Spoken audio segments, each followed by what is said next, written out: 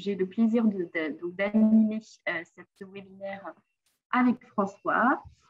Donc, on va bientôt se présenter. Donc, voici le programme de cette matinée. On va se présenter rapidement avec François.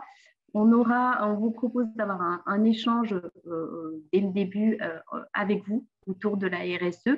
Donc là, vous allez pouvoir activer vos micros et intervenir. Vous avez la possibilité d'intervenir directement et ce sera un plaisir d'échanger avec vous sur ce sujet. Ensuite, le troisième point, ça va être de vous présenter l'essentiel du contenu du dispositif BPI France, en quoi il va consister. Et on termine par un nouveau temps d'échange à nouveau sur répondre à toutes vos questions. Si vous en avez, on y répondra avec plaisir. Eh bien, qui sommes-nous? Je te laisse la parole, François, pour te présenter. Alors, voilà. Donc, je m'appelle François Girard. Je m'occupe d'une association professionnelle qui est dédiée à la RSE pour les entreprises et qui a été créée par un certain nombre d'organisations professionnelles, CPME, Sinov, Numérique, GICAN, GIGEC, Comedia, Facim.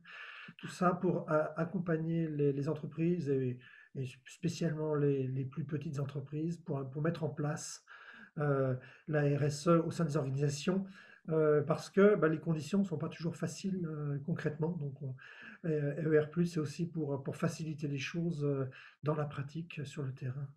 Est-ce que là, ça marche? C'est parfait, là, c'est parfait. Ouais, ça bouge. Ok, ça bouge. Super. Voilà. Merci Célia. Alors, merci François. Et puis, donc moi, je suis Salia Marié, directrice des opérations de l'agence Lucie. Donc, l'agence Lucie, depuis 2007, œuvre pour accompagner et aider les organisations à intégrer la RSE dans leur stratégie, dans leur activité. Donc, proposer des solutions qui soient accessibles et qui vous permettent de développer votre impact positif. À la fois des outils pour découvrir et appréhender la RSE, de la formation avec notre centre de formation Lucie, de l'accompagnement par des experts autour de la RSE et des labels pour vous labelliser sur tout le périmètre de la RSE, donc des labels génériques comme Lucie 26000 ou Toumaï, ou bien des labels thématiques comme le label numérique responsable ou encore Biodiversity Progress. Et aujourd'hui, la communauté Lucie compte 800 organisations, que ce soit des entreprises, des collectivités ou des associations qui sont donc labellisées ou en cours de labellisation. Alors, on s'est dit que pour démarrer notre réunion, le mieux c'était déjà de partager un peu les choses. Et dans la RSE, il y a un principe important, c'est l'écoute des parties prenantes. Donc, on s'est dit que faire un petit tour de table avec vous pour partir sur quelques questions qui pourraient tourner autour de vos préoccupations, ça pourrait être intéressant. Alors, on a identifié trois questions qu'on pourrait vous poser. Du coup, chacun a peut-être quelque chose à dire sur le sujet. Donc, je vous propose qu'on fasse un tour de table rapide sur ces sujets-là. Je ne sais pas qui veut commencer qui veut commencer. Sinon, Alors, pour info, vous pouvez activer votre micro, votre caméra. Vous avez la possibilité de le faire. Bonjour. Oui. Pierre Prudhomme de la société Nextens. Bonjour. Alors moi, mes interrogations, c'est comment structurer une démarche RSE, comment la mettre en place, tout simplement. Je pense que c'est plutôt une opportunité, même si voilà, ça peut peut-être parfois impliquer quelques contraintes, mais je pense que in fine, c'est plutôt une opportunité pour l'entreprise. Et de quoi on a besoin pour franchir le pas, je pense d'une feuille de route, tout simplement, de savoir d'où l'on part et qu'on se fixe des objectifs atteignables et qu'on les suive. Voilà. L'idée, c'est vraiment de savoir comment structurer l'approche RSE au sein d'une société. Donc, par un petit peu du début. Voilà. Ok, super. Merci Pierre d'avoir démarré. Le premier, c'est toujours moins facile. Pas de problème. Au plaisir. Je pense qu'on va pouvoir répondre à vos questions, Pierre, sur ce qu'on va présenter, justement, le dispositif BPI France va vous permettre de structurer, de lancer votre démarche. Ok. Après Pierre, je vais bien intervenir. Donc, Oui, moi, je m'appelle Michel Nicolas. Je suis président de APIA, de l'Association professionnelle indépendants associés. Et je suis d'autant plus intéressé par rapport à ce que vous venez d'indiquer, c'est que dans le rôle de l'administrateur indépendant, qui est de briser la solitude du dirigeant, contribuer ou accélérer la croissance en encourageant la réflexion, concilier les intérêts des parties prenantes, et je vais rebondir sur ce que vous avez dit, François, pour nous, justement, travailler la RSE dans ce contexte-là, c'est très important pour conserver les talents dans l'entreprise et surtout attirer de nouveaux talents. Donc d'accord. voilà un des points sur lesquels j'aurais plaisir, François, à vous écouter sur le sujet. Merci Michel. J'ai noté votre point, en tout cas, on va y revenir éventuellement Oui, d'autres bonjour, moments. je reprends la suite. Nathalie Oui, Pasquier, donc je suis qualiticienne dans un ESAT, un établissement social pour accompagner des personnes en situation de handicap. Et donc dans du social, on en a déjà une bonne part par rapport à notre ADN, à notre métier. mhm, Et on est intéressé de continuer, de démarrer cette démarche RSE. Et on recherche justement des solutions pour bien partir et pas s'écarter un peu partout ou se centrer seulement sur le côté environnemental qui est des fois tentant. On pense tout ce côté environnemental, mais il n'y a pas que ça. Voilà, donc bon, on recherche une démarche, un référentiel pour être structuré et avancer dans la bonne direction. Voilà. merci pour votre contribution, Nathalie. Bonjour, Rodolphe Devevet, moi je suis directeur achat chez Moria, on fait des instruments de chirurgie. Euh, les interrogations, ouais, c'est plutôt les mêmes que les personnes qui ont parlé avant moi, c'est comment structurer un petit peu cette démarche RSE. Oui, Est-ce qu'on peut avoir une cartographie? Parce que en fait, c'est pour nous une opportunité, c'est évident. On a déjà lancé un certain nombre d'initiatives par le petit pas mhm, sur bien, l'environnement dans les bureaux, sur oui, des sujets qui peuvent être déjà obligatoires sur les suivis, conformité URSAF, égalité homme-femme. Effectivement, il n'y a pas que l'environnement, même si c'est ce qui nous attire en premier, au moins au niveau personnel, on est toujours sensibilisé. Mais donc, on fait sans doute tous de la RSE sans le savoir, comme Monsieur oui, Jourdain. tout à fait. Ce qui est intéressant, c'est de structurer cette démarche, d'arriver à inventorier les démarches, Mhm, enfin les différentes initiatives et à les rendre plus efficaces. très bien. Oui, efficacité des démarches. Vous avez raison, c'est un point dont il faut parler. On va en parler. Merci. Merci Rodolphe, qui, qui veut s'exprimer. Oui, bonjour Maud Billet. Oui, Je suis animatrice qualité chez Vicom, c'est une entreprise, c'est un institut de recherche numérique. Et j'ai une question sur les achats responsables. mhm, Je, je voudrais savoir quels critères, enfin, dans le monde du numérique, on peut mettre en place en termes de politique d'achat responsable. d'accord. On répondra à la question quand on passera sur le sujet. Je note les questions pour l'instant. On va essayer de. Et si on n'a pas répondu à toutes les questions à la fin, il y a des questions-réponses hein, aussi en fin de présentation qui vous permettront qu'on n'oublie rien. Voilà. Mais on traitera le point. Merci Aurélie. Merci.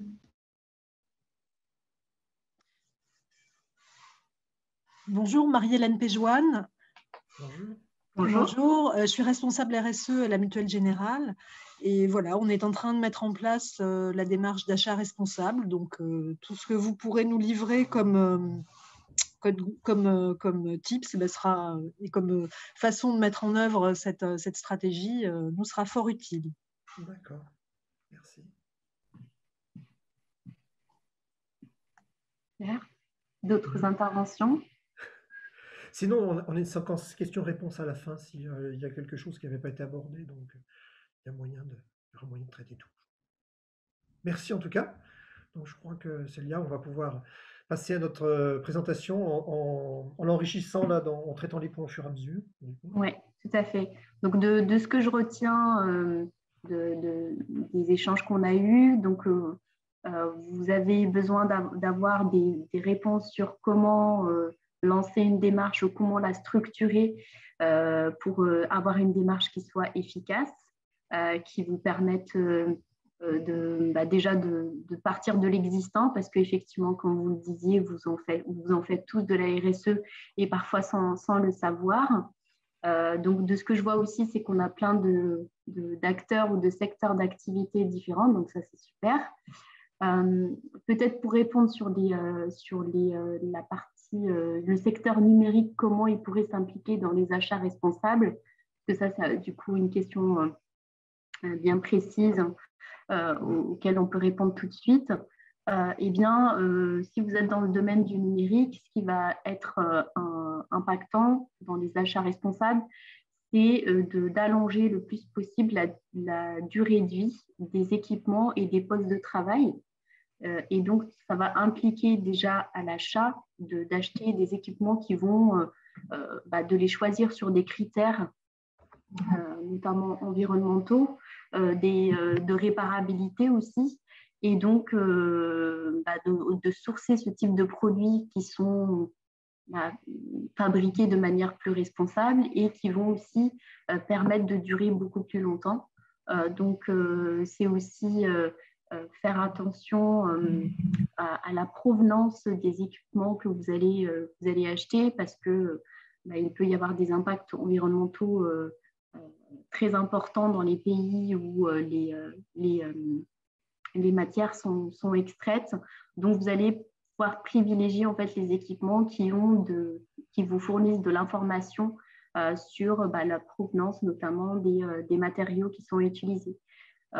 Dans le numérique, c'est ça. Et puis ensuite, lorsque vous avez allongé le plus possible la durée de vie de vos équipements, c'est de faire en sorte de les réutiliser, les recycler le plus possible. Et donc là, en vous appuyant notamment sur des acteurs comme par exemple des ESAT qui sont dans ce domaine-là, ou des associations, ou des entreprises qui sont spécialisées dans la réutilisation et le recyclage des équipements informatiques.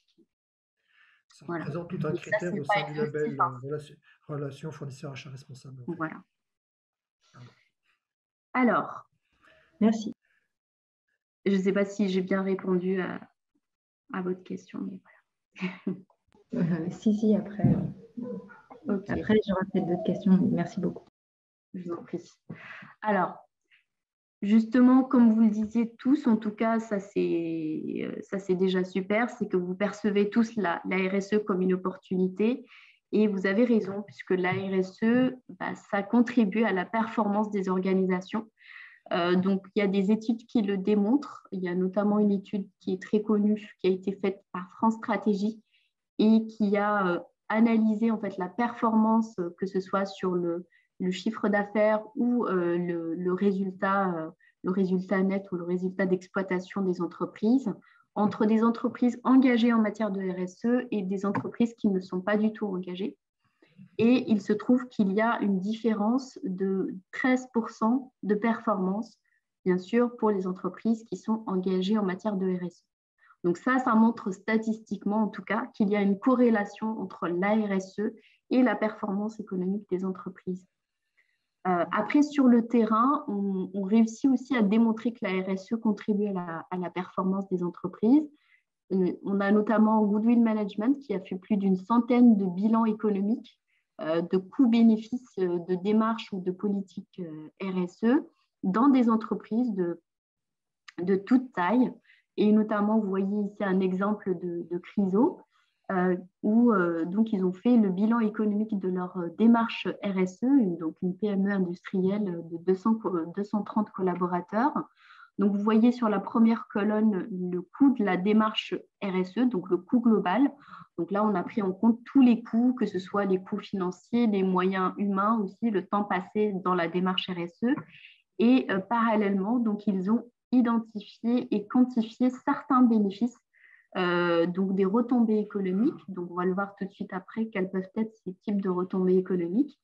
Et donc, là, on voit un delta très positif, un gain de 410 000 € si on fait la différence entre le coût de la démarche et le cumul des gains liés à la RSE. Donc, on voit qu'on peut faire des économies, des coûts, on peut avoir des gains en mettant en place la démarche RSE et ça va contribuer à pérenniser votre entreprise et aussi à améliorer sa performance. Alors, au niveau de la RSE, souvent, on a un des principaux, on va dire, une des principales contraintes, c'est que souvent, on voit les coûts, c'est-à-dire combien ça va nous coûter de mettre en place une démarche RSE, mais les bénéfices, on ne les voit pas forcément tout de suite parce qu'il faut faire justement cet exercice de les mesurer. Mais ils sont bien là, même si on ne les voit pas. Les quatre types de bénéfices d'une démarche RSE, c'est d'abord des coûts évités. Lorsque vous allez mettre en place une démarche RSE, vous allez réduire vos consommations, par exemple vos consommations d'énergie, vos consommations d'équipements, de fournitures, de matières premières. Et donc ça va se traduire par une réduction de vos factures et donc bien sûr une réduction sur vos coûts et vos frais généraux dans votre compte de résultat. Le deuxième bénéfice, c'est l'amélioration du capital humain. En mettant en place des actions en faveur de vos collaborateurs et une démarche RSE en général, eh bien, vous allez contribuer à leur bien-être, vous allez pouvoir les fidéliser plus longtemps, les garder plus longtemps, mais aussi, comme vous le disiez l'un des participants tout à l'heure, l'impact de la RSE, c'est aussi l'attractivité. Vous allez pouvoir attirer des talents parce que aujourd'hui, les collaborateurs sont à la recherche de sens dans le travail et ils vont être beaucoup plus attirés par des entreprises qui affichent une démarche RSE que des entreprises qui n'en parlent pas du tout. Donc, ça va être un argument pour aussi pouvoir recruter plus facilement vos futurs collaborateurs. Il y a également la notion de réduction du risque, puisque la RSE va vous amener à anticiper et à être en conformité déjà avec la réglementation existante, mais aussi à anticiper l'évolution de la réglementation. Et donc, au lieu de subir la réglementation quand elle arrive, vous allez être beaucoup plus agile et donc réduire vos risques de non-conformité. Mais il y a aussi les risques de réputation. La RSE va permettre d'améliorer la marque de votre entreprise et donc d'avoir une bonne image auprès de vos clients, de vos fournisseurs, de vos collaborateurs, bref, de toutes vos parties prenantes. La RSE, c'est aussi une opportunité pour augmenter son chiffre d'affaires, puisque vous allez pouvoir notamment accéder plus facilement à des marchés, notamment des appels d'offres. Aujourd'hui, on a des critères de plus en plus dans les appels d'offres. Donc ça, François, il pourra en témoigner. On a notamment noté une accélération actuellement avec une augmentation des critères RSE dans les appels d'offres. Oui, j'ai eu un exemple, du coup je sais si, parce que ce sera peut-être plus facile d'en parler maintenant qu'après. J'ai pu avoir, avec une entreprise que j'ai accompagnée qui a eu le label récemment, en 2019, ils avaient 24% de leur appel d'offres qui avait un critère RSE, c'est passé à 40% en 2020 avec une augmentation de la pondération. Donc clairement, aujourd'hui, pour faire face aux réponses aux appels d'offres, ça devient quelque chose d'important. J'ai eu un autre témoignage où il y avait 200 réponses, du coup, pour faire une shortlist des candidats, ils ont pris tous ceux qui avaient une démarche RSE active, et ils ont éliminé les autres. Donc ça devient même un critère de sélection, de tamisage, en fait. Tout à fait. Donc voilà, il y a cet aspect-là de pouvoir accéder plus facilement au marché, aux appels d'offres, mais il y a aussi la possibilité de développer des innovations, parce que la RSE, c'est une source d'innovation. En remettant en question vos pratiques, vos produits, vos services, vous allez identifier peut-être de nouveaux besoins auxquels vous pouvez répondre. Et donc, vous allez développer, en fait, vous allez innover et développer de nouveaux services ou de nouveaux produits. Et donc, c'est une opportunité pour augmenter votre activité, votre chiffre d'affaires.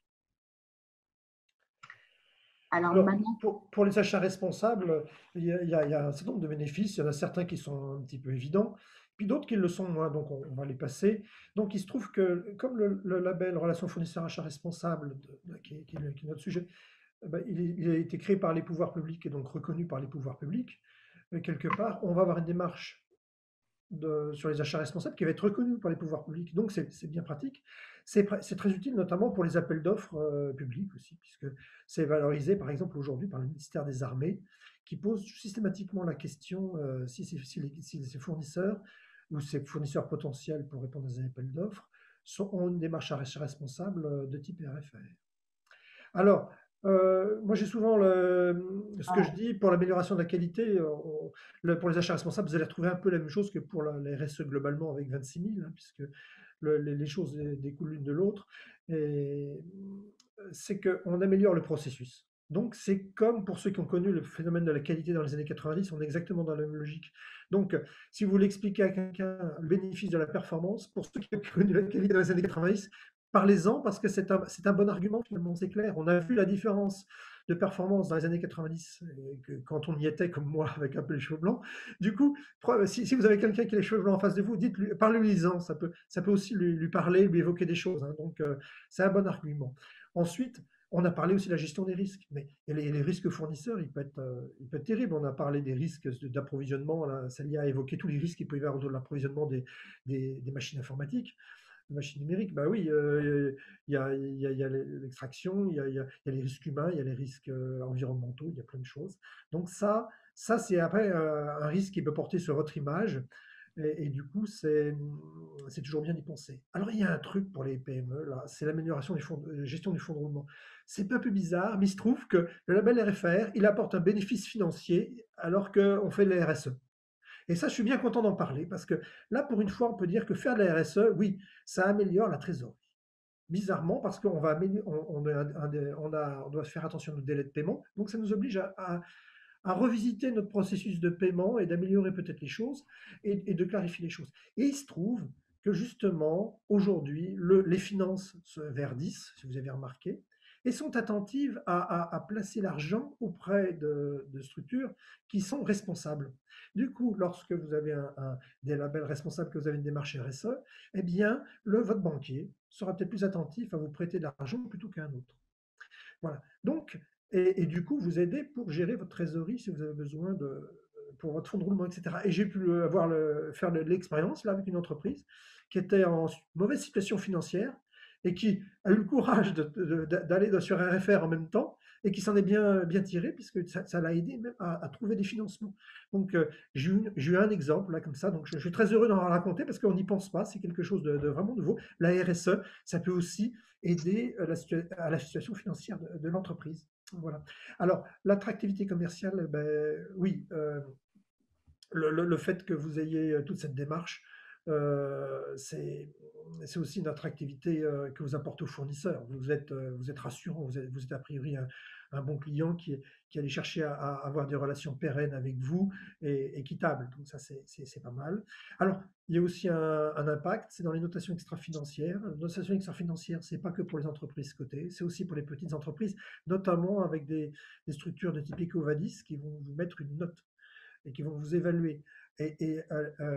Du coup, si vous avez des labels RSE, RFR, Lucie 26000, tout de suite, ça va vous faire monter votre note et du coup, vous aurez une meilleure appréciation, ce qui va avoir des impacts ensuite sur le commerce, etc., auprès des clients, des prospects. Et puis enfin, là aussi, c'est exactement, vous pouvez faire le parallèle entre les bénéfices pour les RSE en général, les achats responsables. Hein, il y a une logique, hein, c'est les compétences. Hein, donc, vous allez développer déjà des compétences achats responsables qui sont après extrapolables d'ailleurs sur les RSE. On peut démarrer par l'un ou par l'autre, ça fonctionne très bien. Et notre programme là va l'illustrer. Merci François. Alors, justement, on va vous parler maintenant du dispositif BPI France. Et justement, ce dispositif, il est destiné aux TPE, PME, aux startups, pour les aider à se lancer dans la RSE et les achats responsables et justement leur apporter toutes les clés pour lancer leur démarche, structurer leur démarche et monter en compétence sur ces sujets-là pour pouvoir mener une démarche efficace en interne et adaptée justement aux petites structures. Alors, le critère d'éligibilité, comme je vous le disais, c'est d'être une PME, TPE au sens européen du terme, donc 250 salariés par exemple pour l'effectif. L'objectif, c'est de vous approprier donc, la RSE, donc vraiment la RSE et les achats responsables, en vous formant notamment sur ces sujets-là, de mettre en place une démarche à votre rythme, tout en étant accompagné par des experts sur le sujet.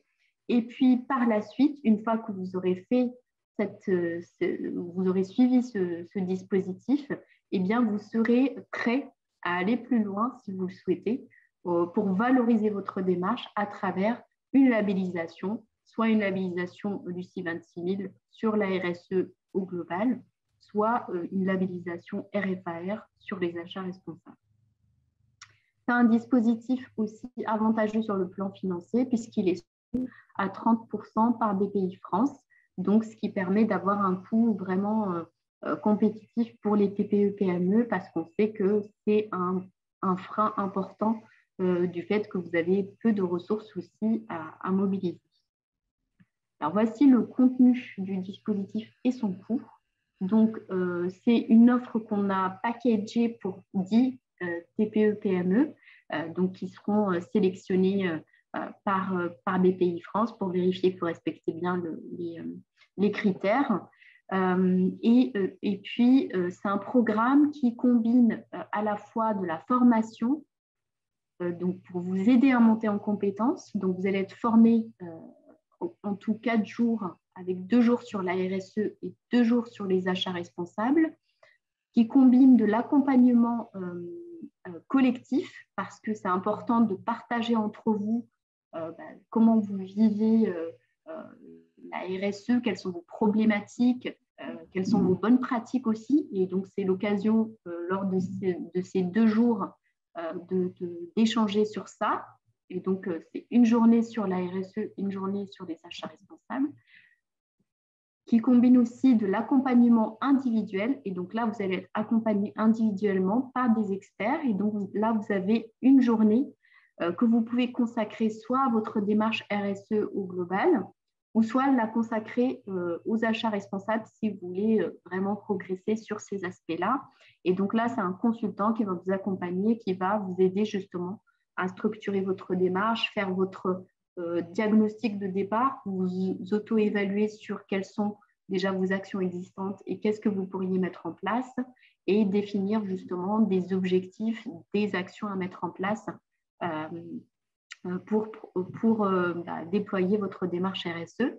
Et puis, un temps de bilan d'une demi-journée sera fait à la fin du dispositif, une fois que vous aurez bien avancé dans votre démarche RSE, pour pouvoir avoir ce dernier retour d'expérience tous ensemble collectivement et puis en tirer le meilleur et avancer, continuer ensuite à avancer dans votre démarche RSE. Et à ce moment-là, vous serez prêt, en tout cas vous aurez fait tout le travail préalable pour pouvoir envisager, si vous le souhaitez par la suite, de valoriser votre démarche en engageant une labellisation, donc soit Lucie 26000 sur la RSE au global, ou soit le label RFAR. Je rappelle que ce label a été mis en place par le ministère des Finances et qui permet donc de valoriser les démarches d'achat responsable des entreprises. Et donc, vous avez la possibilité d'aller plus loin en allant vers ces labels ou bien de continuer tout simplement votre démarche puisque vous aurez eu maintenant toutes les clés pour pouvoir engager la démarche et progresser. Et puis, on peut faire les deux. Et on peut faire les deux aussi. Puisqu'on va voir, les choses sont assez synchrones. Hein. Donc, en fait, ce qui est important aussi dans l'histoire, c'est que là, vous voyez le déroulé. On a un déroulé qui s'étale à peu près sur 6 mois avec la formation au départ, l'accompagnement après, l'accompagnement collectif, les accompagnements individuels, tout ceci est décomposé. Donc, ça veut dire que là, nous allons boucler le programme fin septembre et du coup, les choses vont se dérouler grosso modo sur un semestre. Hein. Donc, ce qui est important peut-être à voir, c'est qu'on a fait les choses dans un esprit PME. C'est-à-dire que dans une PME, comme vous savez, ben, on n'est pas disponible tout le temps, hein. Le temps est compté, puis souvent on arrive à dégager des petites tranches, mais guère plus. Donc, on a fait les choses comme ça aussi pour que vous puissiez dérouler votre programme tout en fonctionnant et que le quotidien continue aussi de fonctionner. Donc, euh, tout est décomposé finalement pour que vous puissiez, avec une journée libérée par-ci, par-là, avancer et faire le programme de manière méthodique malgré tout. Et l'accompagnement aussi est étudié pour que vous puissiez le faire à votre rythme au sein de votre entreprise, avec les spécificités, la vie qu'on trouve souvent au sein d'une PME où libérer une journée complète, c'est pas toujours évident. Il faut parfois un peu décomposer les choses et on y arrive quand même. Et pour avoir vécu moi-même, on arrive bien à faire avancer puisque, comment dire, comment dire, j'ai pu voir, moi, en accompagnement, plusieurs PME qui ont le label RFR de mon côté, puisque je m'occupe d'achat responsable. Donc, finalement, on arrive à surmonter ces difficultés de disponibilité qu'on retrouve souvent et qui sont souvent une question qu'on nous pose. Voilà, je tenais à insister là-dessus parce que c'est fait pour qu'on puisse trouver des solutions à tous ces problèmes-là, au-delà d'une part du coût qui est attractif, mais on a aussi abordé le point des disponibilités internes pour faciliter les choses. Donc effectivement, ça s'étale, comme vous pouvez le voir, sur à peu près 6 mois. Donc vous avez 7,5 jours qui vont s'étaler sur une période de 6 mois. Donc c'est tout à fait réalisable pour une TPE-PME. Et donc sur les jalons du calendrier, pour candidater, vous devez le faire avant le 30 septembre. Et vous allez être formé au fur et à mesure que vous allez vous inscrire dans la démarche, dans le dispositif. Ensuite, normalement, à partir du 30 septembre, vous serez quasiment tous formés. On pourra commencer à partir d'octobre, entre octobre et novembre, faire la partie collective, donc les 2 journées d'accompagnement collectif. Et puis ensuite, à partir de fin 2021, va commencer l'accompagnement individuel. Et donc là, ce sera personnalisé. Donc, ce sera en fonction de votre disponibilité qu'on va fixer l'accompagnement. Et puis, la demi-journée de bilan aussi, on va la fixer en fonction de vos disponibilités.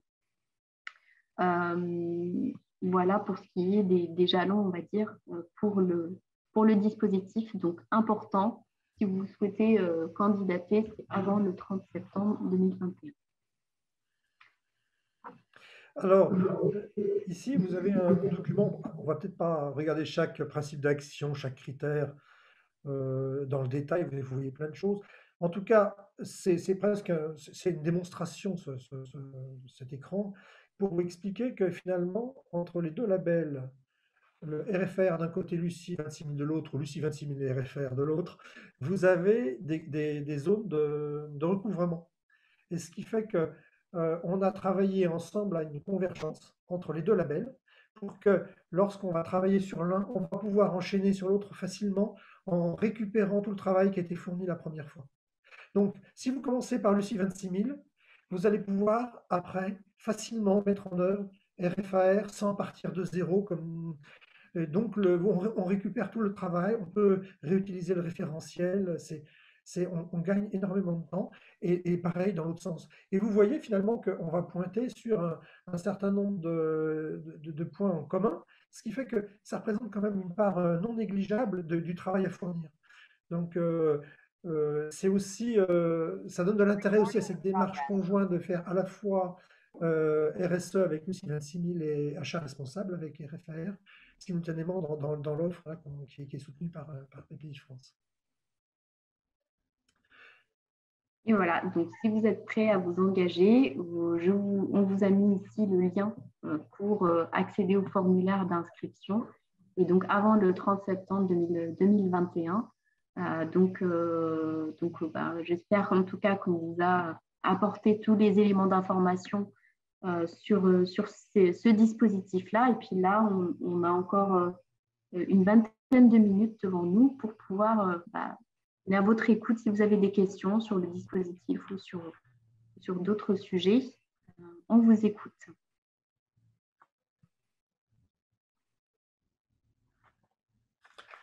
Je reprends les questions du début pour voir si on a répondu. Alors, la structuration, je reprends pour l'histoire de la structuration de la feuille de route déjà qui a été posée.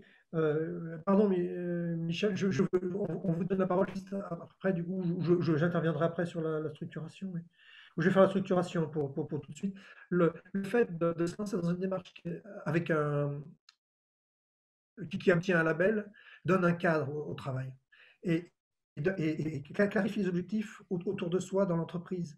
Donc, c'est plus facile de faire des achats, je vais parler des achats responsables que je connais bien, c'est plus facile de développer une démarche d'achat responsable avec comme objectif le label parce que l'objectif est clair, compréhensible par tous. On visualise le but à atteindre, ce qui n'est pas le cas. Si vous faites de la RSE et que vous dites, bon, on va faire de la RSE comme ça, on va faire de la RSE, ou si vous voulez avoir Lucie 26 000 au bout du chemin, eh bien, l'objectif clair vous amène à vous mettre dans une démarche, à cadrer les choses, à poser les limites, à border, à vous définir vos moyens. Et ça, c'est une force que vous allez vous donner aussi au passage, non pas pour avoir le label en tant que tel, ce qui est déjà un bénéfice et une reconnaissance que vous allez pouvoir utiliser et dont vous allez bénéficier auprès de votre client, par exemple, mais aussi, ça vous aide pour la mise en œuvre quand même, parce que ça structure en interne. Donc, le fait de la structuration, ben, elle vient de la démarche du label en lui-même, parce que j'avais la question. Pardon, Michel, vous vouliez vous exprimer, poser une question. Du coup, j'ai fini pour ce point. Merci, merci François. En effet, alors, mais finalement, vous venez presque de répondre à la question que j'allais poser, mais je vais quand même. Alors déjà, vous remercier pour votre présentation qui a le mérite d'être très claire. Merci beaucoup. Et deuxièmement, dans le cadre de notre association, donc APIA, des administrateurs indépendants, nous sommes des entrepreneurs persuadés qu'à travers une gouvernance ouverte et constructive, contribue à la performance et à la pérennité de l'entreprise. Quand on dit gouvernance, on parle de cadre. Et j'aime bien ce que vous venez de dire, et je voulais insister sur cette notion de cadre en indiquant, François, est-ce que vous pouvez nous parler un petit peu du cadre et de l'organisation, mais vous venez de le développer, parce qu'en effet, le rôle de l'administrateur est dans le questionnement, il n'est surtout pas consultant, puisqu'on a un certain nombre de partenaires, dont la BPI d'ailleurs, et dans ce cadre-là, cette mise en place de gouvernance, tout à l'heure j'ai insisté sur le fait de conserver et attirer des talents, il est clair que ce que vous proposez, la mise en place de ce label et puis la mise en place globalement de la RSE, fait partie au niveau de la gouvernance des points importants que l'on développe. Et merci beaucoup pour ces précisions. Moi, je ne peux qu'encourager les sociétés, les PME, ETI familiales, puisque nous, c'est notre registre, PME, ETI familiales, de s'engager dans cette démarche de transparence, finalement, qui contribue à la performance de leur entreprise. Donc, c'était plus, en dehors d'une question du cadre, c'était plus un peu une confirmation et vous remercier pour cette présentation que je trouve très, très pertinente et très intéressante. Merci beaucoup, Michel. Merci. Merci beaucoup pour ce retour. Et effectivement, la gouvernance, comme vous pouvez le voir là sur la synergie entre les deux référentiels, eh bien, elle a sa place dans les deux, et notamment aussi dans le référentiel du label RFAR, où il y a des critères qui renvoient à la gouvernance sur notamment le fait d'intégrer les achats responsables dans la stratégie de l'entreprise, de gérer les risques et les opportunités. Donc, la gouvernance a sa place dans les deux référentiels des deux labels. Alors moi, je dirais que les deux labels ont leur place dans la gouvernance, si vous m'autorisez. Tout à fait. Et effectivement, c'est le fait de se fixer comme objectif d'avoir un label, ça permet de créer en fait une émulation. Donc c'est vrai que on a pu le constater dans les entreprises, le fait de se fixer, d'avoir un label, ça embarque en fait plus facilement tout le monde autour de ce même objectif, et donc ça permet de mobiliser tous les collaborateurs au-delà des dirigeants dans l'entreprise. D'autres questions peut-être? Merci pour la présentation. La démarche est effectivement très intéressante. Au niveau des labels, il me semble que les deux labels présentés sont franco-français. Nous avons la chance d'avoir 80% de notre chiffre d'affaires à l'export. Je vois dans le nom Lucie 26000, ça sent l'ISO 26000. Quels sont les liens et est-ce que la démarche peut être poursuivie par un label plus reconnu au-delà de nos frontières? Alors oui, Lucie 26000, effectivement, parce que alignée sur l'ISO 26000 et toutes nos démarches et méthodes sont alignées sur l'ISO 26000, parce que c'est la norme de référence internationale qui donne le cadre justement de la RSE pour les entreprises. Donc le label Lucie 26000, effectivement, c'est un label français, parce on a été créé en 2007 et on a été d'ailleurs les précurseurs, puisqu'on a été le premier label créé en France sur la RSE et qui proposait une définition de la RSE avant même la publication de l'ISO 26000, puisqu'elle est intervenue en 2010. Et aujourd'hui, bien sûr, on s'est d'abord développé en France, mais là, nous sommes en train de nous développer aussi en Europe, notamment à travers des engagements de grands groupes qui s'engagent dans la labellisation. Et on a des labellisés, notamment en Suisse, en Allemagne, en Angleterre et en Belgique. Donc, on commence à se développer au niveau européen. Et on a pour ambition, à horizon 2030, de devenir la première, l'agence de labellisation de référence en Europe. Donc, on y travaille pour justement proposer d'ici 2030 une labellisation qui soit reconnue au niveau européen. Pour compléter la réponse de Cyril, moi je vais faire le côté peut-être achat responsable. Alors, le label RFAR a même inspiré la norme ISO 20400 sur laquelle il repose maintenant. Il y a eu un phénomène où le label existait avant la norme, 20400 sur les achats responsables, et la norme, après étant sortie, le label s'est ajusté pour intégrer dans son référentiel la norme ISO 20400. Donc ça veut dire que quand vous avez le label RFAR, vous avez atteint un niveau de maturité certain par rapport à la norme ISO 20400 qui est internationale. Alors, pour ISO 26000 et encore plus pour 20400, au niveau international, c'est la référence. On est la référence. Pourquoi? Parce qu'il se trouve que la France est en tête sur ces sujets-là par rapport au reste de la planète. On est très, très. Le label existait même avant la norme que la France a pilotée pour les achats responsables, hein. Et il se trouve qu'il n'y a pas beaucoup de benchmarks ailleurs. Sinon, le fait que on était les premiers. Donc, dans la présentation de toute cette démarche au niveau international, vous pouvez vous appuyer, c'est ce que font en général les labellisés, sur le fait ça certifie une maturité, puisque la norme n'est pas certifiable, hein. Vous pouvez n'avoir qu'un niveau de maturité qui peut évoluer dessus. Ce sont des normes de recommandation. Donc, le label peut vous aider à témoigner auprès de vos clients à l'international, par exemple, que ça repose sur une norme internationale et que vous avez atteint un niveau de maturité certain, voilà, qui a été validé par un tiers externe indépendant. Donc, le sérieux de cette reconnaissance est là. Je vous remercie pour la réponse. Et je suggère que vous rajoutiez un petit peu ça sur vos présentations parce que c'est très complémentaire. Ça a beaucoup d'intérêt. J'en profite pour une petite question pratique. Est-ce qu'on pourra récupérer la présentation? Parce que ça me semble important qu'on puisse la partager au sein de nos entreprises respectives. Oui, tout à fait. Vous allez tous recevoir la présentation et puis le lien vers le replay aussi du webinaire qui est enregistré. Merci.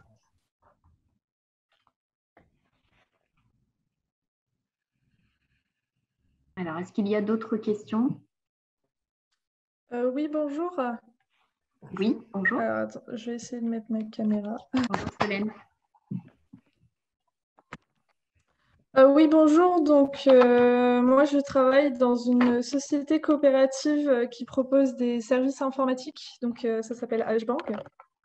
Et donc, on essaie déjà de mener une démarche RSE, mais nous, nos interrogations, c'est plutôt pour mesurer en fait nos performances RSE, où est-ce qu'on se situe par rapport à des objectifs. Et ouais, est-ce que vous utilisez des outils pour mesurer l'état d'une entreprise en termes de RSE par rapport, par exemple, aux objectifs des labels que vous proposez ici? Ou est-ce que juste vous regardez, comme on parlait tout à l'heure, que le label donnait un cadre de travail, vous regardez les critères, vous comparez avec l'état de l'entreprise et ça vous donne à peu près la démarche à suivre.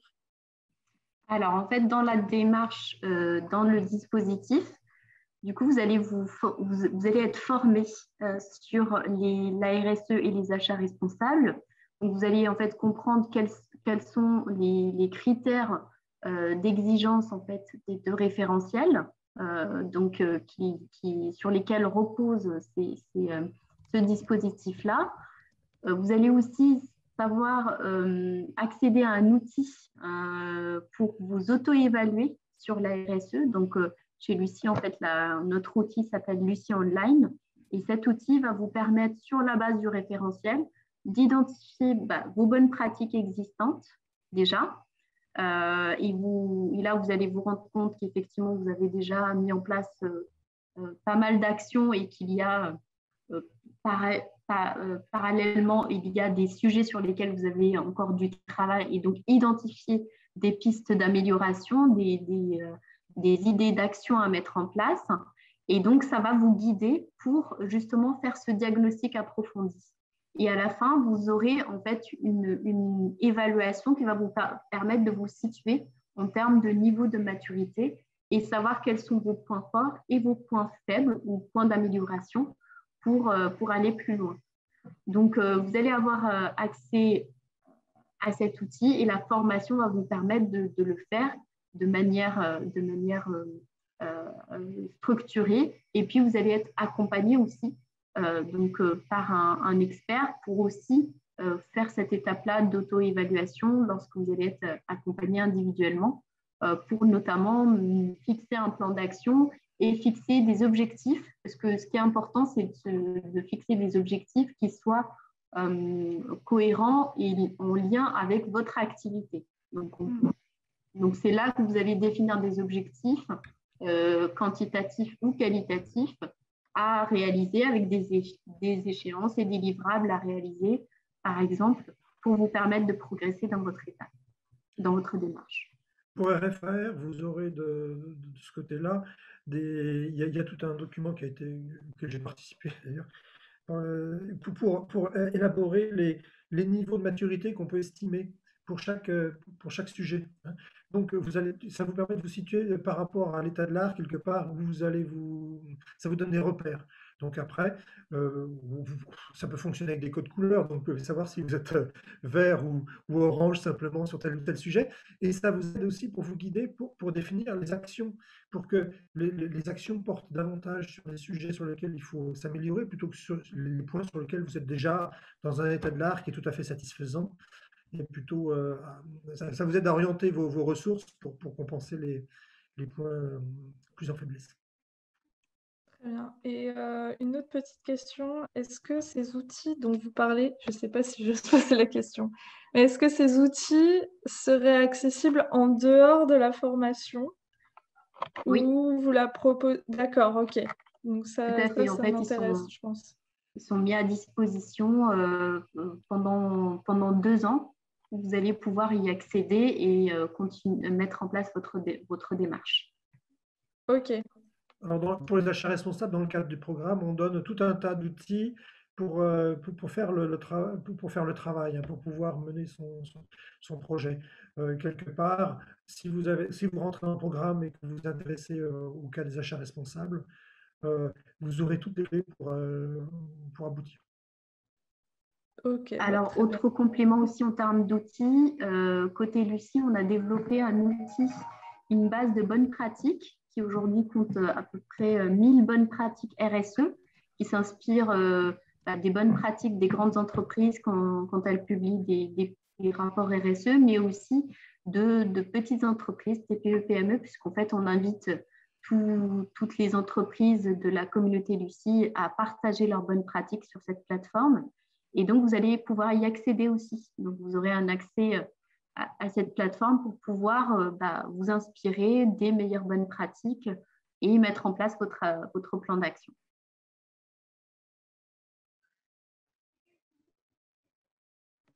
Ok, merci pour ces informations. Merci. Je vous en prie. Est-ce qu'on a d'autres questions encore?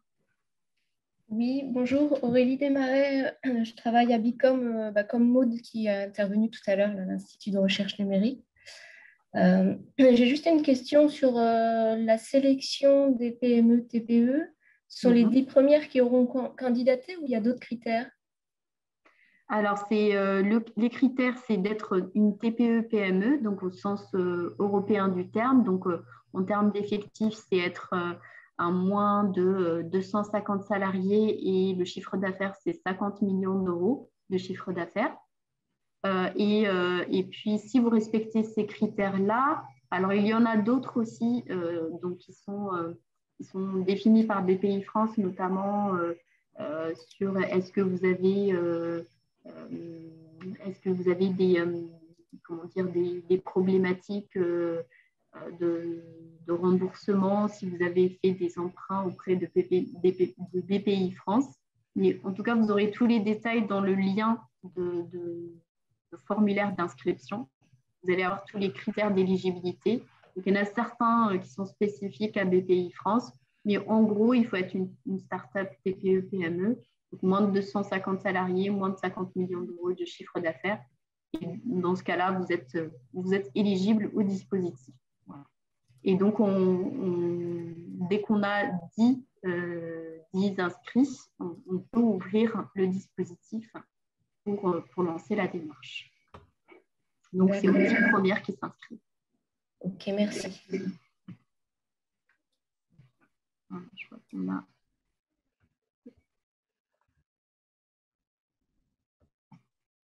Alors, est-ce qu'il y a d'autres questions? On a encore 3 minutes.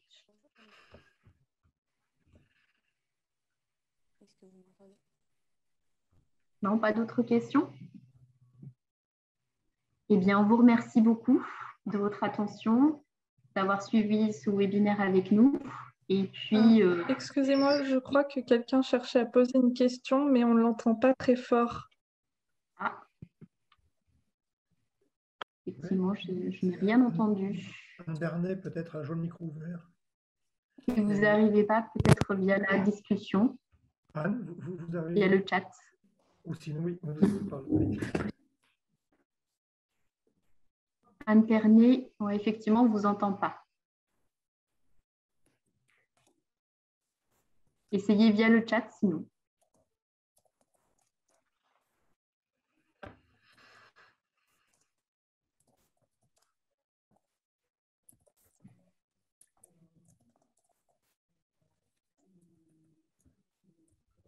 Non. Bon, Anne, n'hésitez pas, on reste disponible. Ah, ça y est, je vois un message. Non, c'est pas le... Non, c'est pas Anne. Bon, Anne, n'hésitez pas à nous écrire, hein, on vous répondra avec plaisir.